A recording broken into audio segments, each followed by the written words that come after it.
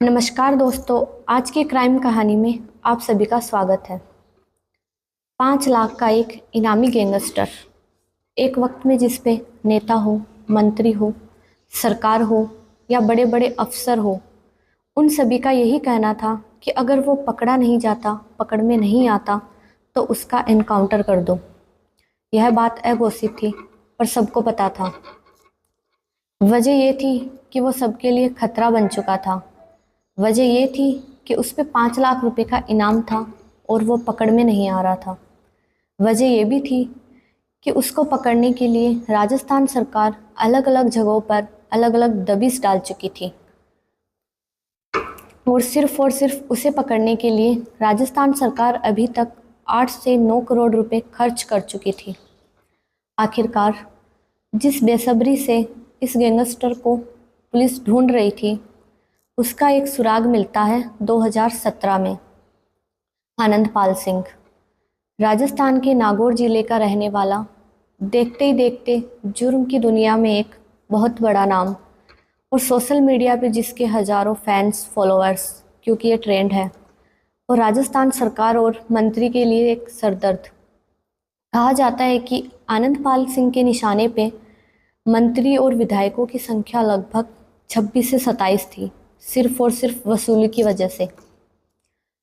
राजस्थान सरकार के लिए आनंदपाल सरदर्द बना हुआ था। राजस्थान सरकार पे दबाव था आनंदपाल सिंह को पकड़ने के लिए। इधर पुलिस टीम पूरी लगी हुई थी। पुलिस टीम को कोशिशों के बाद में पता चलता है कि आनंदपाल इस वक्त राजस्थान छोड़ के हरियाणा में कहीं छुपा हुआ है। पुलिस की टीम हरियाणा का दौर करती है। वहाँ जाके खास घर का उन्हें पता चलता है। उस घर के सदस्यों के बारे में हरियाणा टीम की मदद से पुलिस जानकारी हासिल करती है।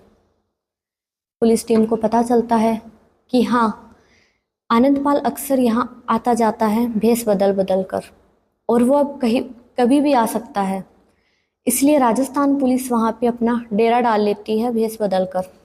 आखिरकार कोशिश रंग लाती है। एक रोज़ 2 व्यक्ति मोटरसाइकिल से उस घर में घुसने की कोशिश कर रहे थे। पुलिस उनको पकड़ लेती है। उनमें से एक था रविंद्र पाल सिंह, जो कि आनंदपाल का भाई था। पुलिस उन दोनों से पूछती है कि बताओ आनंदपाल कहाँ है। दोनों एक दूसरे को देखते हैं, बहलाते हैं, फुसलाते हैं। पुलिस उनको धमकी देती है कि अगर बताओगे नहीं तो तुम दोनों का एनकाउंटर कर देंगे। रविंद्र पाल डर जाता है, टूट जाता है। तो वह बताता है कि आनंदपाल इस वक्त राजस्थान के चूरू इलाके में है, जो कि बीकानेर के करीब है। रविंद्र पाल पुलिस को एक खास घर का पता देती है। खबर बड़ी थी। फौरन पुलिस टीम को तैयार किया जाता है। लगभग 150 पुलिस वाले उस घर तक पहुंचते हैं। आखिरकार 24 जून 2017 को वो रात आती है जब एसपी की अगुवाई में 150 पुलिस वाले, जिनमें से कुछ कमांडो भी थे, क्योंकि खबर ये थी कि आनंदपाल सिंह AK-47 रखता है, उस घर को चारों तरफ से घेर लेते हैं। उस घर के सदस्यों को ये एहसास हो जाता है कि पुलिस ने हमें चारों तरफ से घेर लिया है। छत से गोलियां चली तो इधर पुलिस ने अपनी पोजीशन ली। उस घर की छत तक बिना अपनी जान को जोखिम में डाले पहुंचने का नक्शा बहुत ही कठिन था, मतलब नामुमकिन था। तो पुलिस ने एक प्लान किया। पुलिस ने आनंदपाल के भाई रविंद्र पाल को अपने साथ लिया। साथ में 3-4 पुलिस वाले और एक एसपी भी था। सभी घर की तरफ आगे की ओर बढ़ते हैं और पुलिस 3 बार लाउड स्पीकर में आनंदपाल को ये आवाज़ लगाती है कि आनंदपाल, तुम चारों तरफ से घिर चुके हो, सरेंडर कर दो। पुलिस ये भी कहती है कि आनंदपाल, तुम्हारा भाई रविंद्र पाल हमारे साथ में है और रविंद्र पाल तुमसे कुछ कहना चाहता है। तभी पुलिस की हिरासत में खड़ा रविंद्र पाल ऐलान करता है कि भाई, आप चारों तरफ से घिर चुके हो, पुलिस से मेरी बात हो गई है, पुलिस आपको कुछ नहीं करेगी, सिर्फ गिरफ्तार करेगी, तो भाई आप सरेंडर कर दो। दूसरे दिन खबर छपती है कि आनंद 5 लाख का गैंगस्टर मारा गया। हर टीवी, न्यूज़ चैनल, अखबार, इसमें यही खबर आती है कि 5 लाख का इनामी गैंगस्टर जो राजस्थान सरकार के लिए सरदर्द बना हुआ था, आखिरकार मारा गया। खबर बड़ी थी, पुलिस वालों के लिए एक बहुत बड़ा काम था। तो राजस्थान सरकार ने इस मुठभेड़ को सही ढंग से अंजाम देने के लिए इस मुठभेड़ में शामिल लगभग 9 पुलिस वालों को इनाम दिया। और इधर राजपूत समाज में आनंदपाल की मौत को लेकर बहुत गुस्सा हो गया। राजपूत समाज ने कहा कि आनंदपाल का एनकाउंटर नहीं बल्कि उसको मारा गया है, और उसको तब मारा गया जब उसने अपने दोनों हाथ उठा के हथियार रख के सरेंडर कर चुका था। मामला सीबीआई को सौंप दिया गया। राजपूत समाज का गुस्सा शांत हुआ। 20 दिन बाद में आनंदपाल का अंतिम संस्कार किया गया, जिसमें हजारों लोगों ने भाग लिया। अब सीबीआई ने अपनी जांच शुरू की। 2019 में, मामला 2017 का था, मतलब लगभग 2 साल बाद में सीबीआई ने अपनी एक रिपोर्ट दी, क्लोजर रिपोर्ट। उस रिपोर्ट में कहा गया कि एनकाउंटर में कोई भी चीज़ गलत नहीं हुई है, एनकाउंटर बिल्कुल जेन्युइन है। कहा गया था आनंदपाल को कि सरेंडर कर दे। जवाब में आनंदपाल ने गोलियां चलाई और जवाब में पुलिस ने गोलियां चलाई, और आखिरकार एनकाउंटर में आनंदपाल मारा गया। इसी बीच आनंदपाल की पत्नी अदालत में पहुंच गई। उसने कहा कि यह क्लोजर रिपोर्ट गलत है, केस को क्लोज नहीं करना चाहिए, हमारे पास कुछ सबूत है, दस्तावेज है। और सबसे बड़ी बात जो उस वक्त उन्होंने अदालत में कही कि वो 2 साल तक चूरू पुलिस से उस घर का नक्शा मांगती रही कि कौन कहाँ पे खड़ा था, पुलिस कहाँ थी, आनंदपाल कहाँ खड़ा था, कैसे कैसे गोलियां चली, किस किस ने क्या क्या पोजीशन ले रखी थी। पर चूरू पुलिस ने कभी वो नक्शा पेश ही नहीं किया। अदालत को भी लगा, अदालत ने हुक्म दिया, तब जाके चूरू पुलिस ने वो नक्शा पेश किया। फिर अदालत ने अपनी रिपोर्ट में कहा कि इस क्लोजर रिपोर्ट को हम नहीं मानते, मामले की पूरी जांच होगी, अदालत इस मुकदमे की पूरी कार्रवाई करेगी। अदालत ने कार्रवाई अपनी शुरू की। 24 जुलाई 2024 को जोधपुर की सीबीआई ने एक ऐतिहासिक फैसला सुनाया। फैसला ये था कि आनंदपाल का चूरू में एनकाउंटर में नहीं बल्कि उसका कत्ल किया गया था, और वो कत्ल पुलिस वालों ने किया था। और वो भी जब किया था जब आनंदपाल अपने दोनों हाथ खड़े करके सरेंडर कर चुका था। और सीबीआई ने अपने फैसले में ये भी कहा कि अगर कोई क्रिमिनल कितना ही बड़ा क्यों ना हो, कितना ही बड़ा इनामी क्यों ना हो, कितने ही उस पे मुकदमे क्यों ना हो, एनकाउंटर के वक्त वो गोलियां क्यों ना चला रहा हो, लेकिन अगर वो अपने हथियार डाल चुका है, पुलिस के सामने उसने अपने हाथ खड़े कर दिए, तो उस वक्त उस पे गोलियां चलाना सीधे सीधे मर्डर का केस बनता है। इसको लेकर सीबीआई ने चूरू के एसपी को, जो कि इस ऑपरेशन को डील कर रहे थे, उस समेत लगभग 7 पुलिस वालों के खिलाफ मर्डर का मुकदमा जारी करने की सिफारिश की। 7 के खिलाफ मुकदमा चला। आनंदपाल के एनकाउंटर को लेके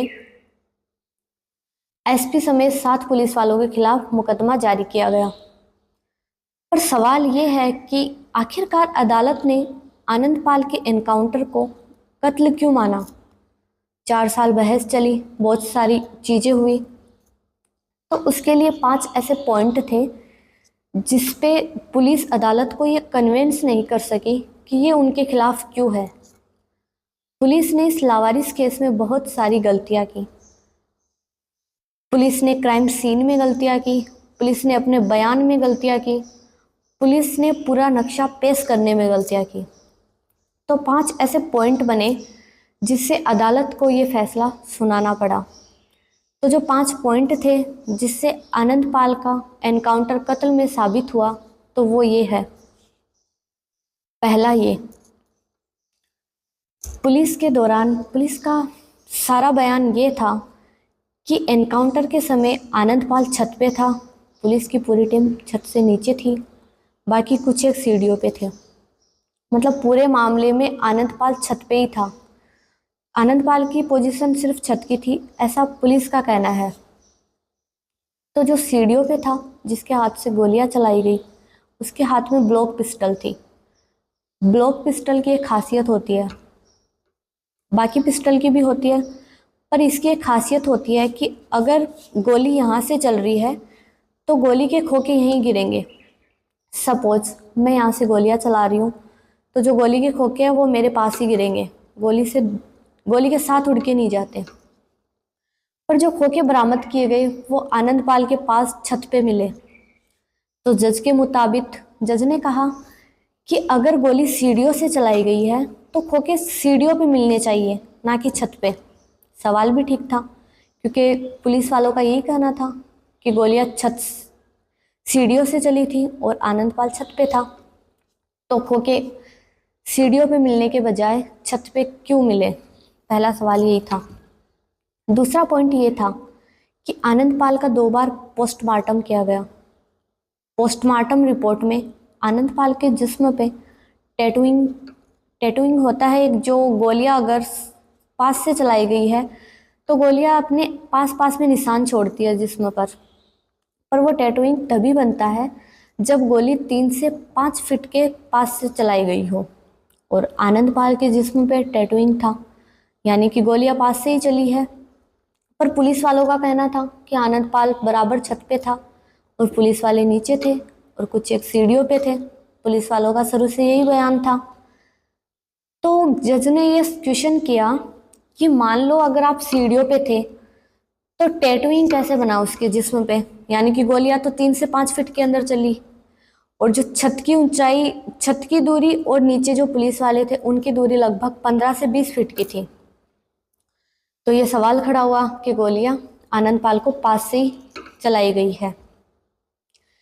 तीसरा पॉइंट ये था, इस पूरे मुकदमे का सबसे बड़ा गवाह है सोहन सिंह, जो कि हेड कांस्टेबल था, इस वक्त सीढ़ियों पे था। सोहन सिंह इस मामले का सबसे बड़ा गवाह था।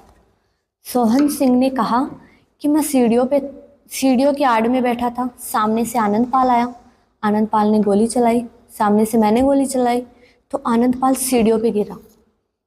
सोहन सिंह भी गंभीर था, उसको भी गोली लगी थी, पर उसको, सोहन सिंह के अनुसार बात आमने सामने की थी, पर जो गोली लगी सोहन सिंह को पीठ पे लगी थी। तो जज ने कहा कि अगर आमने सामने से हमला हुआ है तो गोली पीठ पे कैसे लगी? तो इसमें भी सोहन सिंह ने अपना बयान बदला। सोहन सिंह ने कहा कि सामने से आनंद पाल आ रहा था, सामने मैं सीढ़ियों की आड़ में छुपा हुआ था, तो आनंद पाल को देखते मैंने गोली चलाई, आनंद पाल ने गोली चलाई, गोली पीछे की दीवार पे टकरा के मेरे पीठ पे लगी, पर वो सीढ़ियों पे था, सीढ़ियों पे पीछे कोई दीवार नहीं थी, साइड में दोनों तरफ दीवार थी। अब साइड की दीवार से गोली टकरा के पीठ पीछे लगना पॉसिबल नहीं है। जज का शक और बढ़ गया। चौथा पॉइंट ये था कि पुलिस के कहे अनुसार शुरू से पुलिस का यही बयान था कि आनंद पाल छत पे था, पुलिस की टीम नीचे थी, बाकी कुछ लोग सीढ़ियों पे थे। शुरू से पुलिस यही कहती आ रही थी, FIR में, बयान में, सभी जगह पुलिस का यही बयान था। तो पुलिस ने भी जल्दबाजी में ये नहीं देखा कि सारे जो भी AK-47 थे, हथियार थे, राइफल्स के खोखे थे, जो भी सारे सबूत थे, सारे आनंद पाल के पास से बरामद किए गए। सारी CCTV फुटेज, रिपोर्ट, सभी में यही था कि सारे खोखे व हथियार आनंद पाल के पास से मिले। तो इससे सीधा सीधा साबित होता है कि आनंद पाल को पास से गोलियां चलाई गई है। पांचवा पॉइंट, जो कि सबसे इम्पोर्टेंट पॉइंट, अदालत को भी एक गवाह की ज़रूरत थी। वो गवाह है जिसको पुलिस ने भी एक वक्त में गवाह बनाया था, रविंदर पाल सिंह। पुलिस ने बताया कि रविंदर पाल को हमने साथ में लिया था। रविंदर पाल ने ऐलान किया था कि भाई आप सरेंडर कर दो, पुलिस आपको कुछ नहीं करेगी, मेरी पुलिस वालों से बात हो गई है, पुलिस आपको सिर्फ गिरफ्तार करेगी। तो जवाब में आनंद पाल ने गोलियां चलाई, जवाब में हमने गोलियां चलाई। इस बीच आनंद पाल मारा गया। तो वही रविंद्र पाल सिंह ने जज को बयान देते हुए कहा कि पुलिस ने मुझे साथ में ज़रूर लिया था, पुलिस ने साथ में लिया, मुझे धमकी दी, डराया धमकाया, तो मैंने अपने भाई को ऐलान किया कि भाई पुलिस वालों से मेरी बात हो गई है, आप सरेंडर कर दो, पुलिस आपको कुछ नहीं करेगी। इस बीच आनंद पाल ने सामने से आवाज़ लगाई कि ठीक है, पर पुलिस वालों को कह दो कि मेरी सारी रिस्पॉन्सिबिलिटी ले ले। तो इस वक्त बाद में पुलिस आगे बढ़ी, छत तक पहुंची। आनंद पाल अपने हथियार नीचे रख के दोनों हाथ ऊपर खड़े करके खड़ा हुआ था। पुलिस की टीम पास जाती है। पुलिस की टीम ने आनंद पाल के पास से हथियार को साइड में किया, बाद में लात गुस्सों से मारा, गालियां बकी। ऐसा रिपोर्ट में दर्ज है कि पुलिस ने उसको लात गुस्सों से मार के गालियां बकी, बाद में उस पर बहुत सारी गोलियां चलाई और उसको मार दिया। यह सबसे बड़ी गवाही थी, जो कि सारे सबूत, जो भी सबूत थे आनंद पाल के आनंद पाल का कत्ल किया गया, 4 ऐसे पॉइंट थे, सेम गवाही रविंद्र पाल ने दी। तो पुलिस को पूरा यकीन हो गया कि रविंद्र पाल का कहना सही है, क्योंकि जो सारे प्रूफ थे वो भी इसी ओर थे कि आनंद पाल का एनकाउंटर नहीं बल्कि मर्डर किया गया है। सारे प्रूफ, सारे दस्तावेज, जो भी पुलिस का बयान था, जो भी गोलियां मिली थी, राइफल, हथियार, सारे पुलिस आनंद पाल के पास से ही बरामद किए गए थे। तो इससे साफ साफ साबित हो गया कि आनंद पाल का एनकाउंटर नहीं मर्डर किया गया था, वो भी उस समय किया गया था जब आनंद पाल अपना हथियार साइड में रख के पुलिस वालों के सामने अपने दोनों हाथ खड़े कर चुका था। सीबीआई कोर्ट ने फैसला सुनाने के बाद में ये भी कहा कि अगर कोई मुजरिम अपने दोनों हाथ खड़े कर चुका है, अपने हथियार डाल चुका है, तो उस समय उसको गोली से मारना सीधे सीधे मर्डर का केस बनता है। तो सातों पुलिस वालों पे मर्डर का मुकदमा जारी